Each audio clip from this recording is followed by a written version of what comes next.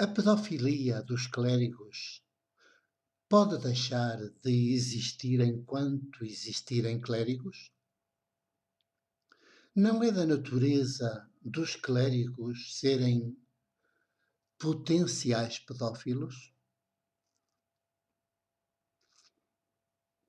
Olá, é com esta pergunta, duas perguntas, uma pergunta desdobrada em duas, que abro a parte 2 do programa 181, A Nossa Atualidade, à luz da fé e da teologia de Jesus. Uma pergunta absolutamente pertinente, agora que finalmente o assunto parece que deixa de ser tabu, depois do caso escandalosíssimo de França, aqui tão perto e na Europa, que veio abalar as raízes cristãs da Europa, ainda bem, porque isto é tudo perverso desde a raiz. O cristianismo é perverso, as raízes cristãs da Europa são perversas. E é por isso que têm criado este tipo de Europa e de civilização, que é falsa civilização, é de destruição e de morte. E por isso, a oportunidade da pergunta em duas, a pedofilia dos clérigos, pode deixar de existir enquanto existirem clérigos? Mas não é da natureza dos clérigos serem potencialmente pedófilos? Obviamente que é. Da natureza dos clérigos serem potencialmente pedófilos. Não quer dizer que todos o sejam. Mas o facto de ser clérigo é um potencial pedófilo. Isto não é, nunca nos é dito, mas é da natureza do próprio clérigo. E, portanto, o mal está em haver clérigos. E se não se erradicam os clérigos, também não se erradica os potenciais pedófilos. E a pedofilia continua, por mais comissões que possam criar por aí. Depois do enorme escândalo francês, olha que são 300.000 casos que foram desvendados em França. 300.000 casos. E tudo aqui tão perto. Os clérigos, a Igreja Católica na CEP, a sua CEP, a Conferência Episcopal Portuguesa, ou por bem fazer alguma coisa. Não para pôr fim ao mal, mas para deixar na opinião pública a ideia de que desta vez sim, o mal, que é a pedofilia dos clérigos, há mais pedofilia sem ser dos clérigos, mas esta é a mais grave de todas, porque é dos clérigos, que se têm como fina flor na sociedade e são afinal os mais perversos da sociedade. Os clérigos, os mais perversos da sociedade. Mas para dentro. Então, a Conferência Episcopal quer mostrar que desta vez o mal vai ser cortado pela raiz, o que é absolutamente impossível. Tudo para português ver e saber, e deste modo agradar ao Núncio Apostólico em Lisboa e através dele ao Papa Francisco, jesuíta. Jesuíta, isto diz tudo. O mundo não percebe, mas eu percebo. E por isso não me canso de o dizer. Isto diz tudo. Jesuíta. E ele mostra-se muito envergonhado e pesaroso com o caso francês, mas viram o tom em que ele o fez. Parece que este caso francês, ele tratou como se fosse uma grande calamidade natural, das chamadas calamidades da natureza, e não como um crime organizado. E não como um crime organizado. E ele tratou assim, chorou e lamentou, e chorou, ficou muito chocado e pediu muita desculpa e pediu perdão e não sei o quê, mas como se isto não fosse evitável. como se fosse uma calamidade natural, daquelas que às vezes nem os meteorologistas se dão conta antes, para avisar as populações ao menos. E então, a tão badalada. Portanto, o Papa Francisco é conivente com isto tudo. E ele é jesuíta, sabe perfeitamente como é que estas coisas se fazem. E pensam que cortou o mal pela raiz. Não, pelo contrário. Limita-se assim a ser pesaroso e as pessoas ficam cheias de peninha. Mas tudo na mesma. E depois, isto não tem pés na cabeça, a comissão vai ser criada. Sim, senhor. Tudo bem, pode ser criada. Com leigos, com gente, mas sempre da confiança dos bispos, da Conferência Episcopal. O que é que pensam? Eles vão lá abdicar disso.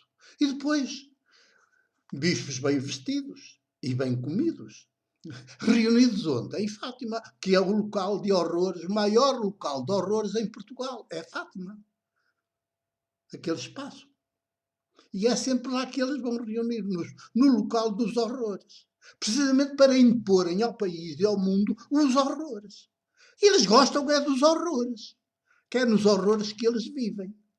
E é dos horrores que eles se alimentam. Aquele local de lavagem de dinheiro sujo até prova em contrário. Cabe ao santuário dizer que não é dinheiro sujo. E ele nunca o diz. Portanto, eles tomam lá essa decisão e tal. E depois vem o seu presidente anunciar, mas muito bem vestido, à comunicação social, muito bem vestido. Vem falar sobre o assunto. Que agora sim, desta vez, que vai ser e tal, tal, tal, tal.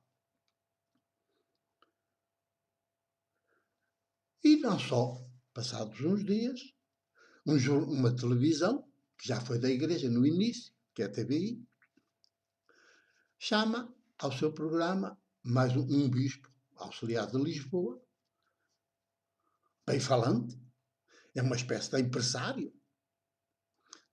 eclesiástico, bem falante, bem vestido, que se apresenta para a entrevista e que, tomando a palavra, nunca mais se cala.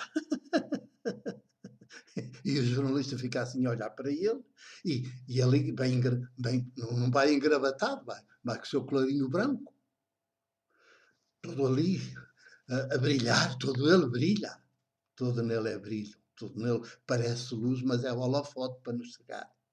E o jornalista quase fica a pedir desculpa por ter de fazer determinadas perguntas.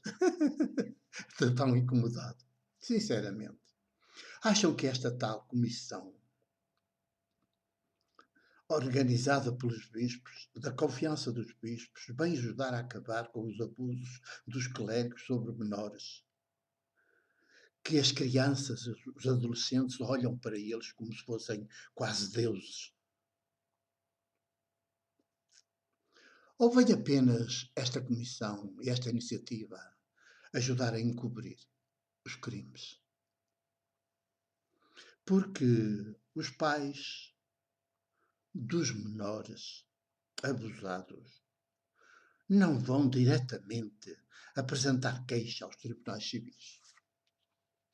Porque é que tem de haver uma comissão intermédia, ali de intermediários entre as crianças e os pais? Já estão os pais.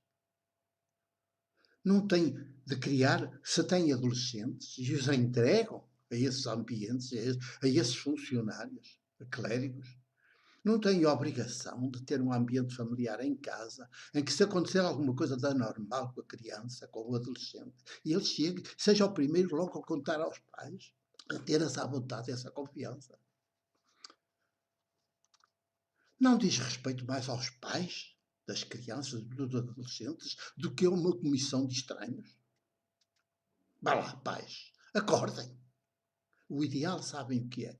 Eu vou-vos dizer, com algum escândalo para vocês, mas paciência. Faz parte do Evangelho o escândalo.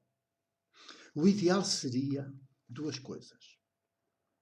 Enquanto houver clérigos, que estão em vias de extinção, felizmente, estão em vias de extinção,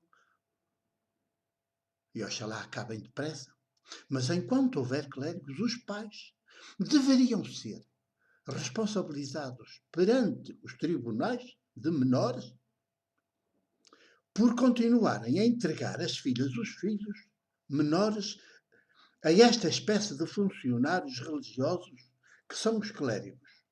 Deveriam os pais ser chamados pelos tribunais de menores e ser responsabilizados por entregarem as suas filhas, os seus filhos menores. Deixaram-nos andar ali à volta dos altares e nas proximidades dessa gente potencialmente pedófila. Que não é gente, são funcionários clérigos são funcionários. A solução radical e definitiva para este problema é acabar, de uma vez por todas, com a existência de clérigos. Porque é da natureza dos clérigos serem potencialmente pedófilos. E se é, eles não podem deixar de o ser. Felizmente, alguns, muitos, resistirão a essas seduções, a essas tentações. Mas nem todos, porque é da natureza. É da natureza do clérigo. Ninguém, mas saibam uma coisa que ninguém nos diz. Ninguém, absolutamente ninguém, é ordenado clérigo. E eu estou a falar-vos como presbítero ordenado. Ninguém é ordenado clérigo. Nem sacerdote sequer. Eu estou aqui a falar-vos. E ninguém me desmente. Garanto-vos. Não fui ordenado nem clérigo, nem sacerdote. No dia 5 de agosto de 1962, sou ordenado presbítero da Igreja. Presbítero da Igreja. E na Igreja, que é minimamente animada pelo sopro de Jesus histórico, há diáconos, há ministérios ou serviços. Que não são privilégios, são serviços. Os últimos, somos os últimos dos últimos. Não há ministérios chamados diáconos, presbíteros e bispos. Não há sacerdotes, não há clérigos, que são seres à parte dos outros. Não há. E ser presbítero, ser bispo, é ser